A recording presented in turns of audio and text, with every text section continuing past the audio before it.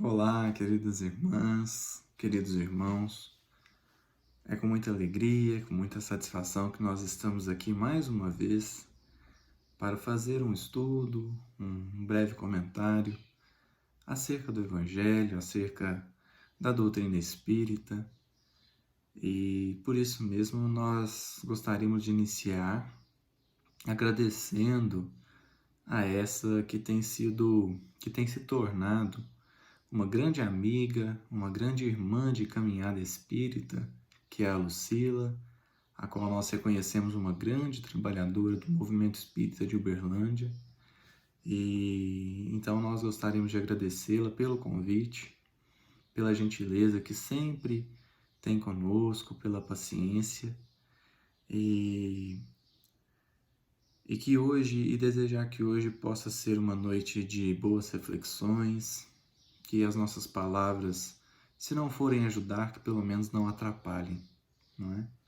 Nós gostaríamos também de iniciar, antes da nossa fala, fazendo uma prece, e quem quiser acompanhar conosco, né, que a gente possa ter um momento de serenidade, de tranquilidade, de conexão com o alto, e que a gente possa também ter um minuto para rogar pelo nosso planeta, para pedir em favor de todos, em especial nesse momento que estamos passando, né?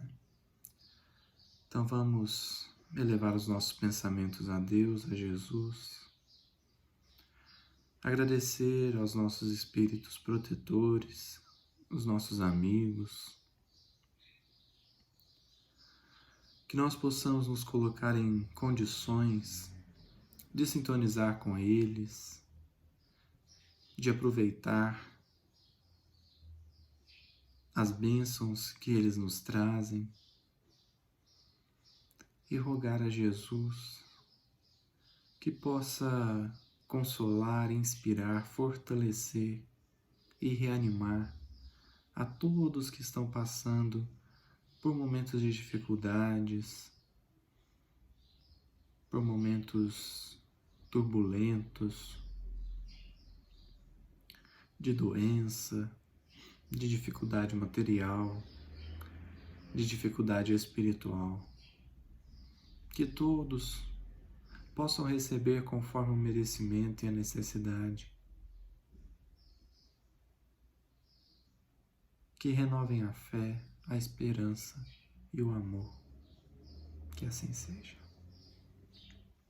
Bom, o tema orgulho e humildade foi até difícil assim de intitular, né? A gente ficou pensando assim, como que poderia ser colocado, né, para o que nós viemos falar hoje? Porque orgulho e humildade já é um tema bem clichê, já é uma, vamos dizer assim, já é algo muito discutido, muito que já rendeu muitas palestras, muitos estudos. Há uma mensagem do Evangelho segundo o Espiritismo belíssima sobre esse tema, com esse título em especial. Então, o que mais nós poderíamos acrescentar? Então, nós não estamos aqui com uma missão de renovar pensamentos, de acrescentar nada do que já foi, além do que já foi dito, mas apenas de apresentar algumas reflexões, alguns comentários sobre algo que nós viemos percebendo, que nós viemos estudando e que, quem sabe, possa ser útil de alguma forma a mais alguém, não é? Quando a gente fala em orgulho, em toda a obra do Espiritismo, em toda a obra de Kardec, nós vamos ouvir ou ler algo que diz assim: o orgulho é uma chaga da humanidade. E a gente estuda isso, a gente lê isso. E uma coisa que a gente repara é que talvez esse ensinamento dos espíritos, que é verdade, né? Infelizmente ele é verdade, nós carregamos essa chaga, mas esse ensinamento às vezes é lido por nós, tido por nós como que vamos dizer assim, um ensinamento que abre dois discursos, duas possibilidades. Nós não enxergamos a terceira. Mas nós enxergamos em geral duas possibilidades quando a gente começa a aprender que o orgulho é uma chaga da humanidade, que nós possuímos ainda em demasia esse orgulho, ou o próprio egoísmo, ou a vaidade, enfim. Quando a gente aprende lá no Livro dos Espíritos que somos ainda espíritos muito imperfeitos, com muitas mazelas espirituais, isso acaba, no nosso entendimento, frequentemente, abrindo duas vertentes. Uma é daqueles que acreditam ou que tentam passar a imagem ou que acham que em se falando orgulhoso, em se declarando orgulhoso, estará diminuindo o seu orgulho. Então, é aquela pessoa que você pergunta para ela assim, você tem defeitos espirituais? Você fala assim, nossa, eu tenho muitos, eu sou péssimo. Aí você fala assim, cita um. Aí a pessoa não sabe. Porque ela só tem o discurso, né? Ela não se analisou, ela não se, vamos dizer assim, ela não olhou para dentro, ela não fez aquele, vamos dizer assim, aquela recomendação de Santo Agostinho na questão 919A do Livro dos Espíritos. Então ela só aprendeu o discurso. Então ela diz muito que é orgulhosa, ela diz muito que ela não serve para nada, ela diz muito que ela não é humilde, mas ela não sabe mesmo se é ou não. Ela, vamos dizer assim, ela não se sente assim. São pessoas que eu creio que acreditam que só de falar, só por ter esse discurso, serão menos orgulhosas, serão menos vaidosas, serão menos egoístas. Essa é uma vertente. A outra, e creio eu que essa outra seja um pouco mais perigosa, é a pessoa que realmente se sente desvalida. É a pessoa que realmente acha que ela não serve para nada. Essa muitas vezes diz, mas pior do que dizer, ela sente que não vale nada. Ela sente que não faz nada certo. Ela sente que é um espírito muito ruim. Então, o que nós vamos buscar aqui hoje é talvez um equilíbrio entre esses dois extremos, não é? Nem tanto só dizer que é um orgulhoso, mas nem tanto se sentir o pior dos seres humanos. Porque em aprendendo que não somos espíritos superiores, muitas vezes caímos nesses dois extremos que não são bons. Por quê? Primeiro, porque somos orgulhosos mesmo. Então, só ter o discurso não é válido. É preciso entender esse orgulho em nós. Mas também nós já temos virtudes, nós já temos alguns passos. Então, nós já somos capazes de perdoar, claro que em determinadas situações, né? Não é em todas ainda. Mas nós já somos capazes de perdoar. Nós já somos capazes de olhar um pouquinho para o outro. Nós já somos capazes de fazer algumas coisas boas. Então nós não somos os piores de tudo. O problema é que a pessoa que tem só o discurso acha que só com o discurso ela será mais humilde, porque afinal de contas ela está se reconhecendo orgulhosa. Mas no íntimo não reconhece. E a pessoa que acredita fielmente que não vale nada e que ela é muito ruim, que ela não faz nada certo, ela também está tentando uma humildade, só que com um pouquinho de desequilíbrio. Porque humildade não é isso. Humildade não é se sentir pior que todo mundo. Né? Uma vez eu ouvi numa palestra, isso me marcou muito, eu já falei isso várias vezes em outras palestras minhas, mas humildade não é nem você se sentir pior que todo mundo, nem se sentir melhor que todo mundo. Humildade é um equilíbrio entre saber o que eu sou, mas principalmente saber o que eu não sou. Porque quando eu acho que eu não valho nada, eu estou desmerecendo qualidades que eu já conquistei.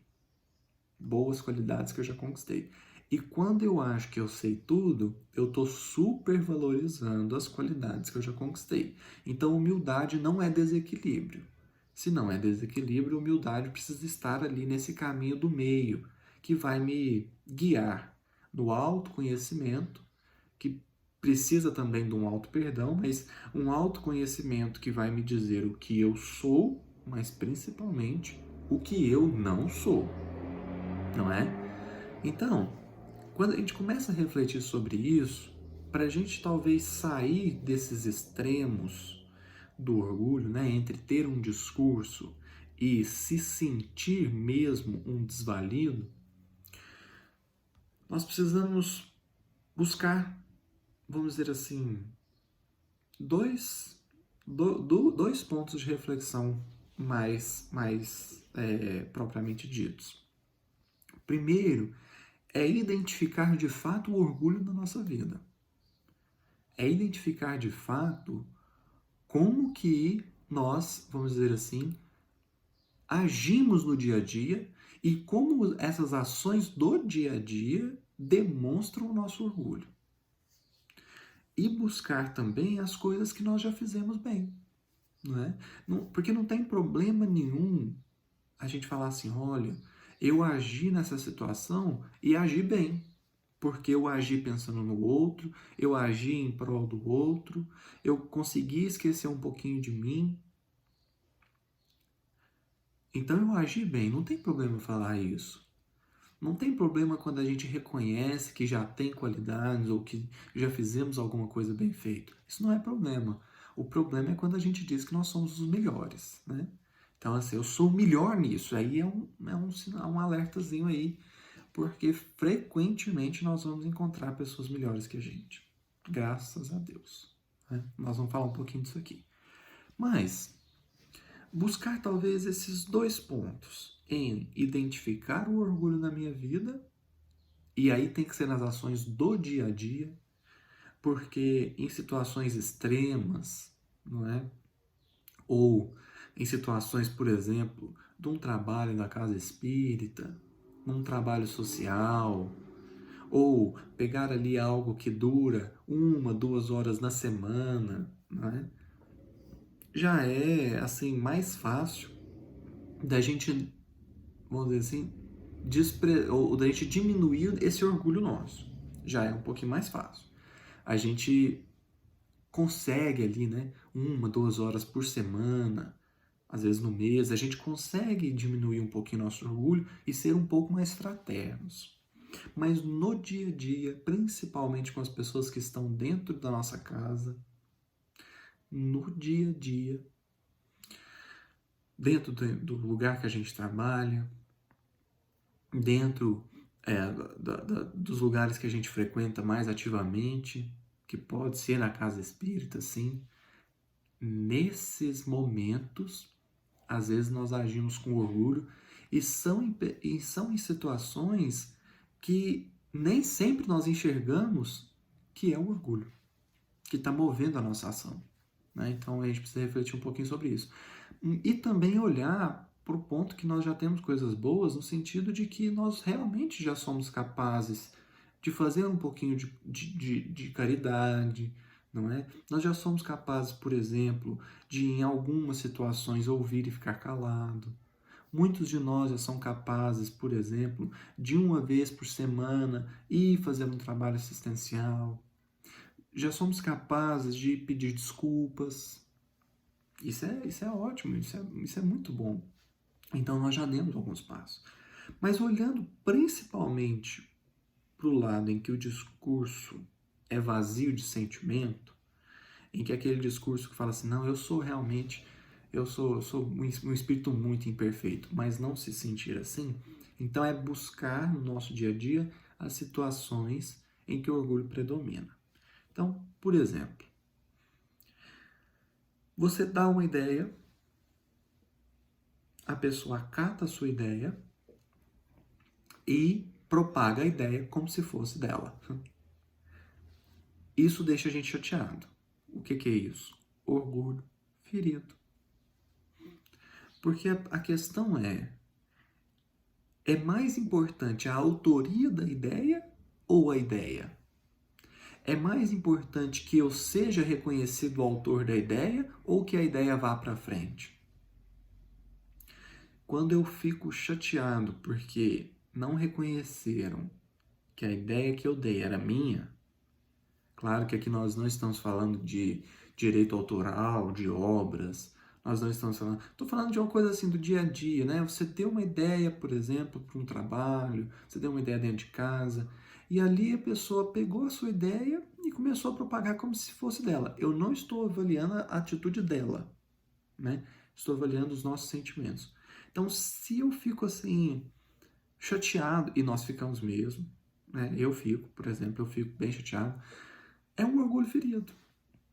Porque a gente quer, não que a ideia vá para frente, mas que a gente seja reconhecido autor daquela boa ideia, né?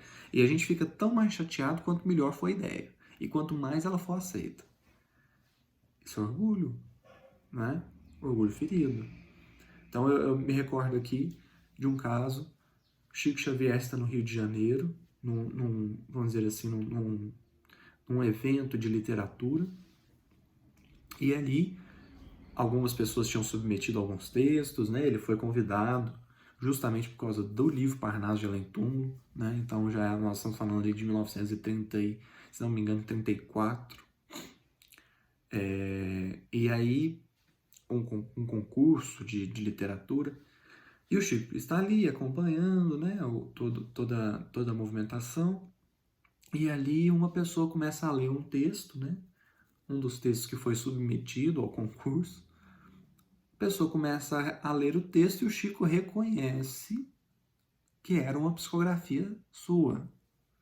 Chico reconhece uma psicografia que estava no Parnaso de Além Túmulo, publicado.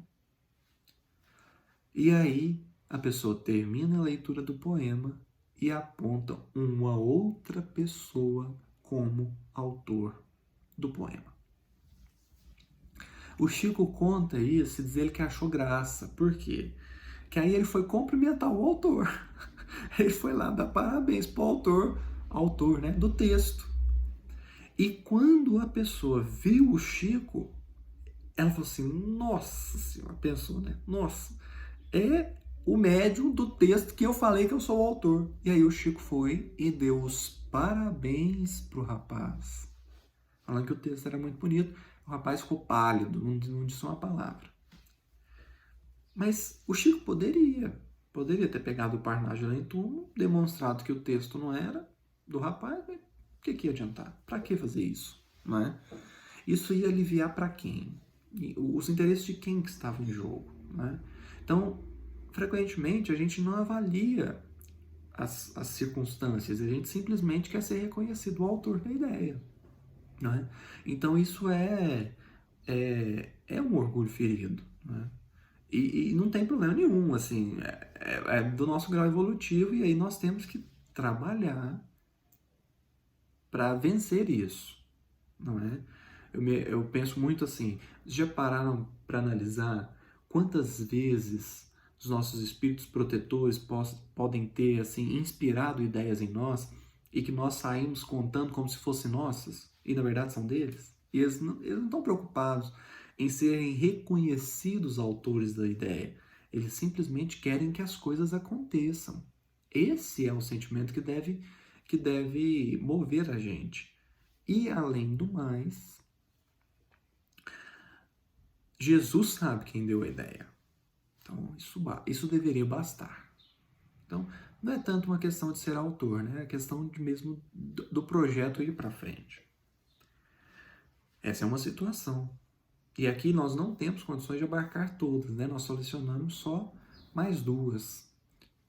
Por exemplo, quando a gente desespera numa situação difícil. É orgulho. Não estou falando de dor, não é? Não estou falando de dor. Porque dor é uma coisa. Então, algo deu errado e isso te dói. Isso te chateia. Isso é normal. Isso é do ser humano. A dor é inerente ao ser humano. Então, não estou falando de dor. Estou falando de desespero. quando algo acontece e a gente desespera. Algo que a gente não estava esperando, algo que a gente não queria que acontecesse, acontece e a gente desespera porque não encontra a solução do problema. Esse desespero é orgulho. Por quê? Porque inconscientemente, o que nós estamos dizendo?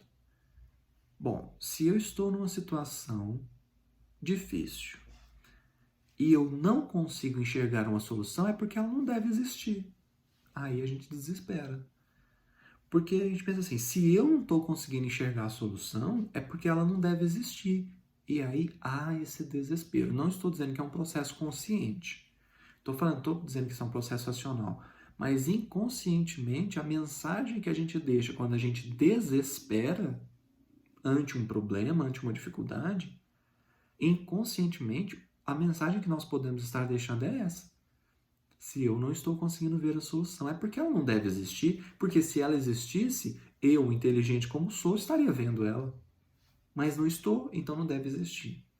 E aí Kardec, a hora que ele vai definir a terceira ordem dos espíritos, lá no Livro dos Espíritos, ele diz assim, que um sinal característico dos espíritos de terceira ordem é acreditar que existem problemas que não têm solução. Ou que existem problemas pelos quais eles vão sofrer eternamente.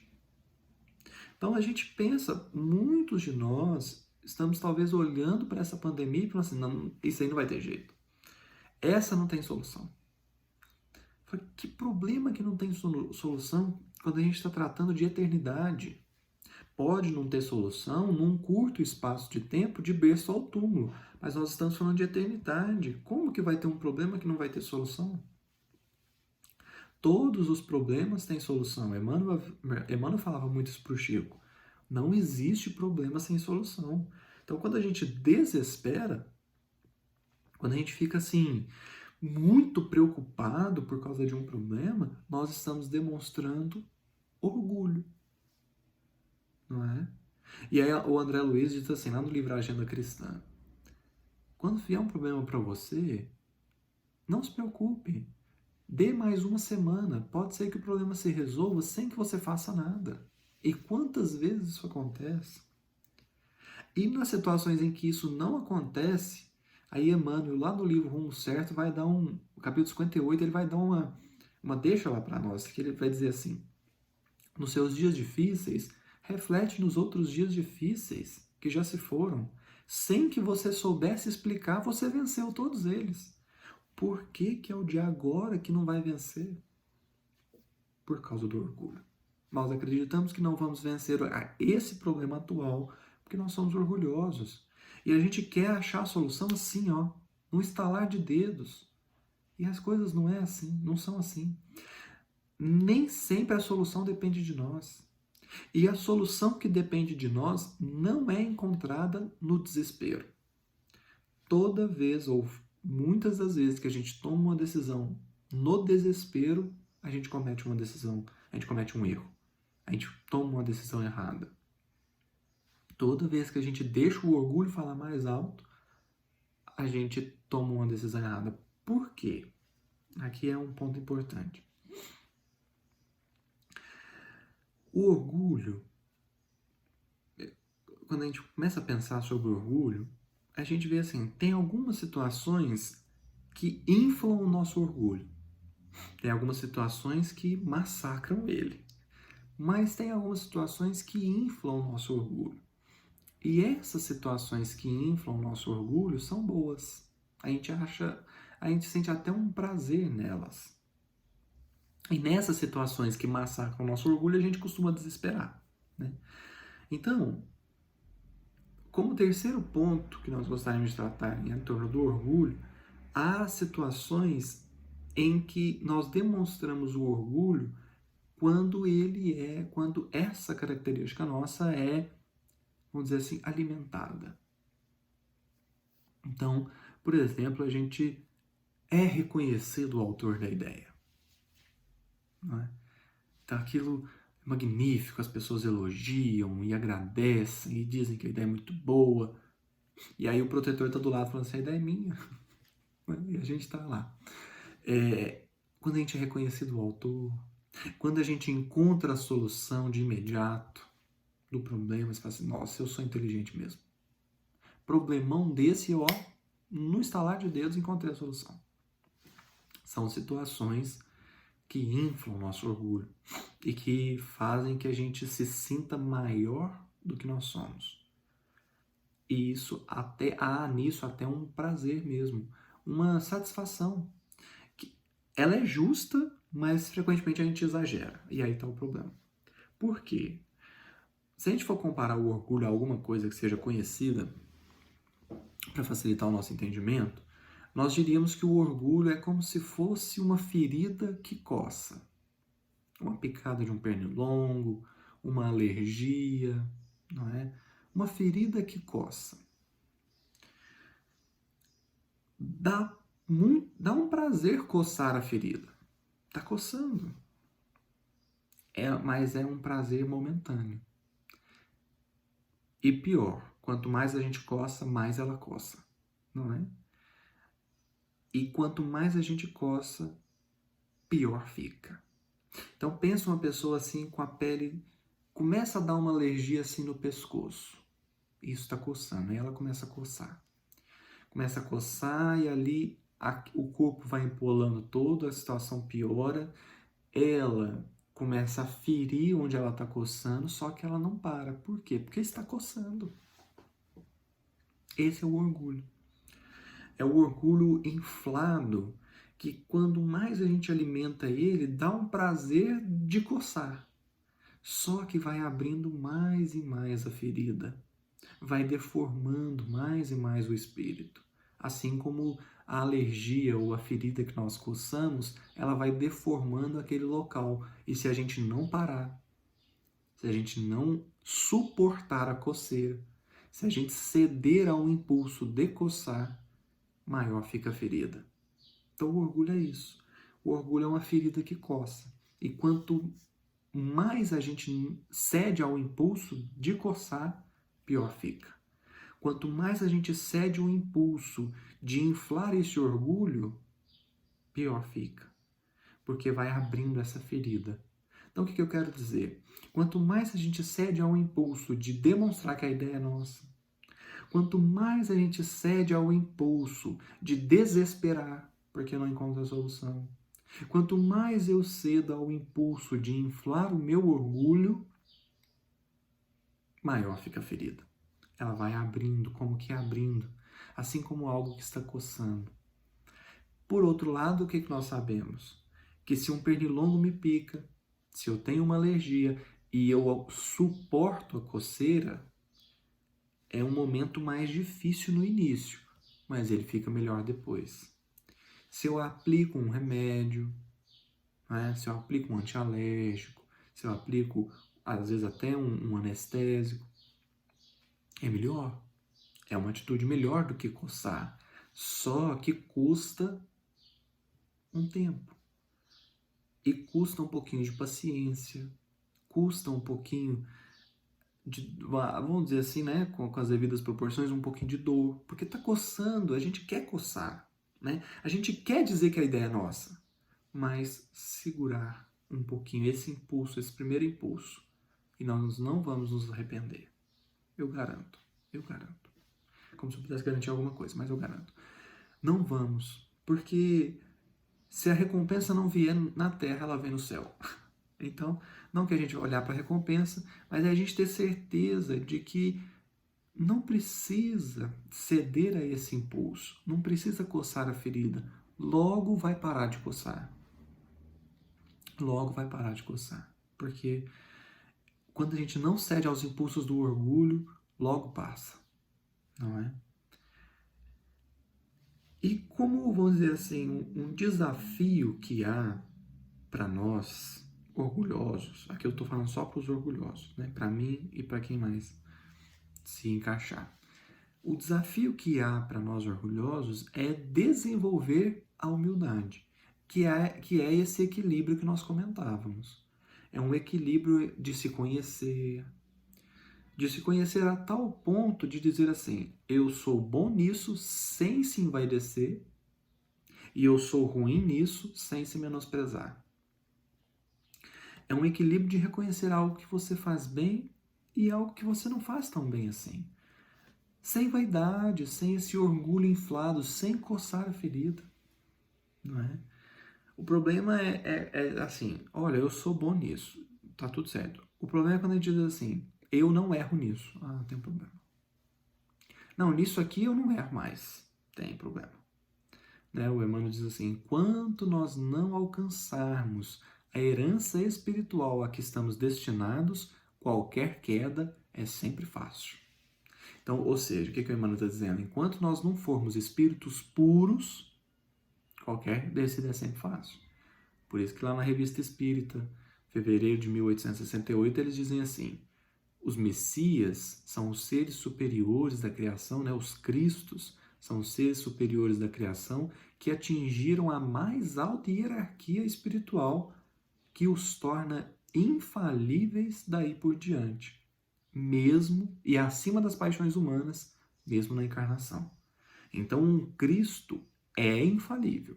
Enquanto nós não formos Cristos, nós podemos errar. Haja visto aí, por exemplo, Alcione, né?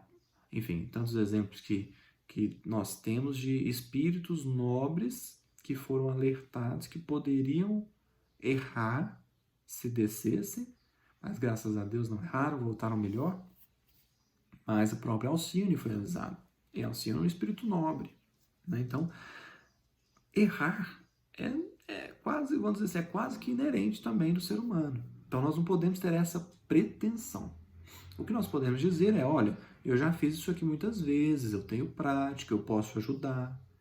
Porque quando a gente acha que humildade é se sentir pior que todo mundo, será que nós não estamos nos comportando como o servo da parábola que enterrou o talento? Quando a gente, vamos dizer assim, quando a gente não ajuda por medo de ofuscar o outro, né? Será que nós não estamos escondendo o talento? A questão é, há formas e formas de ajudar. Há formas e formas de estender a mão. Eu posso entregar a cesta para uma pessoa e com o meu olhar eu humilho ela. Com o meu olhar. Mas eu posso entregar a cesta para a pessoa e olhar para ela com tanto carinho que ela vai se sentir acolhida. Não é? Então tem formas e formas. E um grande desafio que a gente tem em desenvolvendo a humildade, e aqui entra uma fala de Emmanuel lá no livro Vozes do Grande Além, no capítulo 65, é o último capítulo do livro, o capítulo chama Em Prece. O Emmanuel diz assim, que a nossa humildade não se torne orgulho. Mas como que a humildade pode se transformar em orgulho? A humildade se torna orgulho quando a gente se põe na posição de Cristo. Qual que é a posição de Cristo? É aquela pessoa que diz assim, eu não vim para ser servido, eu vim para servir. Essa é a posição do Cristo. Foi o Cristo que falou isso. A pessoa vê Jesus falando isso e acha que ela também veio só para servir. Ela não veio para ser servida. Aí há um problemão. Por quê? Porque nós ainda não somos capazes de só servir. Nós ainda estamos no estágio evolutivo que nós precisamos aprender a ser servidos. Nós precisamos aprender a ser servidos. Porque hoje, quando a gente é servido ou quando a gente recebe algo de alguém, em outras palavras, quando nós somos a pessoa que vai receber a caridade, muitas vezes ficamos constrangidos, ficamos assim inquietos, não é? Então, assim, o espírita, quando fala de sopa para espírita, é sempre ele servindo a sopa. Nunca é ele na fila da sopa com o pratinho esperando ser servido. Porque a nossa humildade, às vezes, ela se torna orgulho, de achar que nós estamos numa posição de só servir. Mas isso é o Cristo. Nós ainda estamos... Porque ser servido também é um desafio. É o desafio de não achar, por exemplo, que o outro tem a obrigação de me servir, mas perceber que em sendo servido, eu estou dando ao outro a oportunidade do trabalho no bem. Quando eu deixo o outro me servir, eu estou ofertando a ele a oportunidade de trabalho no bem. Isso não quer dizer que eu vou ficar folgado, né? Que eu vou, enfim, mas quer dizer que eu posso encontrar coisas boas no ato de ser servido. Né? O Emmanuel diz assim, lá no livro Vinha de Luz, capítulo Não Só, ele diz assim, nem só receber e dar, mas ensinar e aprender. Isso é a caridade. Isso é a caridade. É dar e ensinar, receber e aprender. É esse fluxo de equilíbrio, porque às vezes a gente fica pensando que nós viemos só para ajudar, só para servir, só para fazer e esquecemos das nossas próprias necessidades. Esquecemos de quanto nós ainda precisamos do outro. Aprender a ser servido também é aprender que nós precisamos do outro. Aprender a ser servido também é assumir que eu não dou conta de tudo. Não é? Porque por mais que eu pense assim, não, eu vou fazer tudo, eu vou precisar de alguém para me ajudar com, por exemplo, posso precisar de alguém para ajudar com a minha casa, posso precisar de alguém para ajudar com as minhas roupas, posso me ajudar, por exemplo, posso precisar de alguém para me ajudar com o alimento que eu vou distribuir, posso precisar de alguém para me ajudar a distribuir o que vou distribuir, a arrecadar o que vou distribuir. Então, nós precisamos uns dos outros. E achar que eu só venho para servir é me colocar numa posição que eu ainda não ocupo. Né? Então, a humildade tem desses desafios. Desenvolver a humildade tem desses desafios. Né? Em que nós vamos percebendo que as situações do nosso dia a dia, as situações às quais estamos inseridos, oferecem grande oportunidade de serviço, grande oportunidade de aprendizado. Não é? Então, desses desafios, nós acabamos percebendo uma coisa muito interessante, que Emmanuel vai trabalhar numa lição que chama Que Tendes, do livro Fonte Viva, capítulo 133. Nessa mensagem, Emmanuel faz uma interpretação belíssima do ato de Jesus perante os apóstolos na segunda multiplicação dos pães. Isso está em Marcos, né? O versículo que Emmanuel vai comentar está em Marcos, capítulo 8, versículo 5, que Jesus pergunta assim, quantos pães tendes? E os discípulos dizem para ele, 7. Né?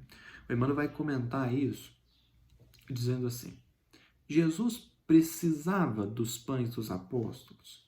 Não, não precisava. Jesus não precisava dos pães.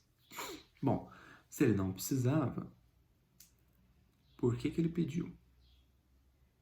Nós que já estudamos os fenômenos de materialização e reconhecendo em Jesus o Espírito, como se diz no Livro dos Espíritos, né? O Espírito mais perfeito que já passou pela Terra, será que ele não poderia materializar pão ali? Será que ele precisava dos 7 pães dos discípulos? Não, não precisava. Jesus podia fazer chover pão ali materializado e não precisar de nada. Não precisava pedir nada para os discípulos. Por que ele pediu? Aí o Emmanuel diz assim, infinita é a bondade de Deus, todavia, algo deve surgir de nosso eu em nosso favor. Por isso que a gente não pode, vamos dizer assim, cair na falsa sensação de humildade, que é aquela que diz que eu não presto para nada.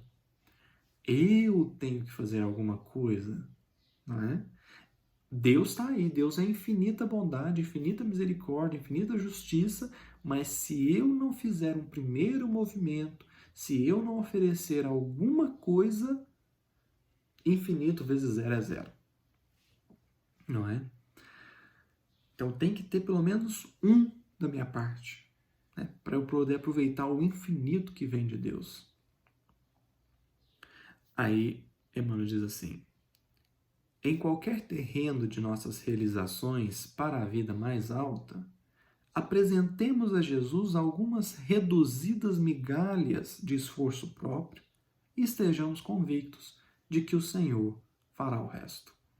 Olha isso. Então, às vezes a gente acha que a gente precisa fazer muito.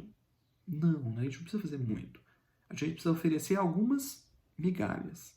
E aí Jesus pega essas migalhas que a gente oferece e transborda isso em bênçãos para muita gente. Então, às vezes a gente faz uma pequena prece, né? A gente faz uma pequena oração. Aquilo são migalhas, mas que Jesus pega essas migalhas e transforma em bênçãos, não só para a pessoa a qual dirigimos a prece, mas talvez a muito mais pessoas. Então a gente ter noção de que a gente precisa oferecer um mínimo, mas tem um detalhe. Jesus perguntou quantos pães eles tinham, eles disseram 7. Jesus não pediu um pão. Jesus não pegou 2 pães. Jesus pegou os 7. O que eu quero dizer com isso?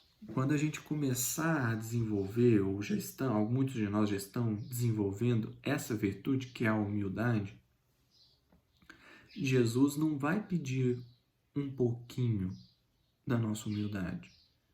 Ele vai pedir toda a humildade que nós sejamos capazes de oferecer. Toda. Quando a gente quer desenvolver alguma virtude, Jesus não pede só um pouquinho dessa virtude. Ele pede toda a virtude que a gente tem. Para nós é muito, para ele é pouco. Para nós é tudo, para ele é migalha. Mas ele pede tudo que a gente tem para dar. Porque ele sabe que quando você acostumar a dar tudo que você tem, quando você for capaz de dar tudo que você tem e você acostumar com isso, você será capaz de dar um pouquinho mais. Nós vamos cair muitas vezes, nós vamos falhar muitas vezes, mas não se trata de acertar sempre. Não se trata de, em desenvolvendo a virtude, eu ser capaz de sustentá-la sempre. Não se trata de não cometer erros, mas de ser capaz de levantar toda vez que cair. Não é acertar sempre, mas toda vez que eu errar, eu serei capaz de levantar e tentar acertar novamente? É isso que Jesus está preocupado. Por que ele pede tudo de nós? Porque quando a gente acostumar a dar tudo, a gente vai ser capaz de dar um pouquinho mais. E assim nós vamos crescendo, e assim as virtudes vão se multiplicando. Então, quando a gente começa a desenvolver, a gente começa a querer desenvolver a humildade, alguém vai roubar a nossa ideia. Jesus está perguntando assim: você é capaz de suportar isso aqui? Só isso aqui? Você suporta? Aí você fala assim: uma vez eu suporto, Jesus. Aí você fala assim: e 15 vezes? Não, 15 vezes é muito. Aí vai ser uma hora que você vai falhar, não tem problema. Aí vai chegar uma hora que você vai coçar a ferida. Não tem problema.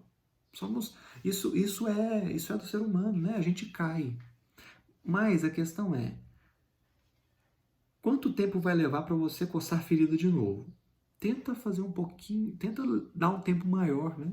Então, eu suportei 5 vezes alguém roubando a minha ideia. Aí eu fiz um barraco. Tá bom. Agora eu vou tentar esperar, vou tentar 6 vezes. Alguém vai me roubar a ideia 6 vezes. Na 7ª eu vou fazer o barraco. E assim, até que a gente vai conseguindo entender que não se trata de receber a recompensa na terra. Não importa. A recompensa não deve ser na terra. E a autoria ela é muito pequena. Ou a gente começa a aprender a não desesperar nas situações, a confiar que se eu estou fazendo a minha parte, com certeza Deus está fazendo a dele. E se eu fazendo a minha parte ainda não conseguir a solução, ou é porque não está na hora, ou porque eu preciso da dificuldade. Não é? Então, às vezes, a gente pode ficar assim, chateado com uma crítica. Não é? pessoa me ofendeu, eu fiquei chateado com o que ela falou. Quando a gente coça a ferida, ou seja, quando a gente alimenta o orgulho, a gente mais olha para o como do que para o que foi falado. Então, a pessoa diz assim, nossa, fulano pegou o meu celular e nem me perguntou. Falou assim, se ele tivesse perguntado, não tinha problema? Falou, não. Então o problema é orgulho ferido. O problema não é exatamente ter pegado o celular. O problema é não ter perguntado. E se o problema é não ter perguntado, o problema é orgulho ferido. Não é o ato. Não é? Então a pessoa fala assim, nossa, fulano fez isso, nem me perguntou o que eu achava.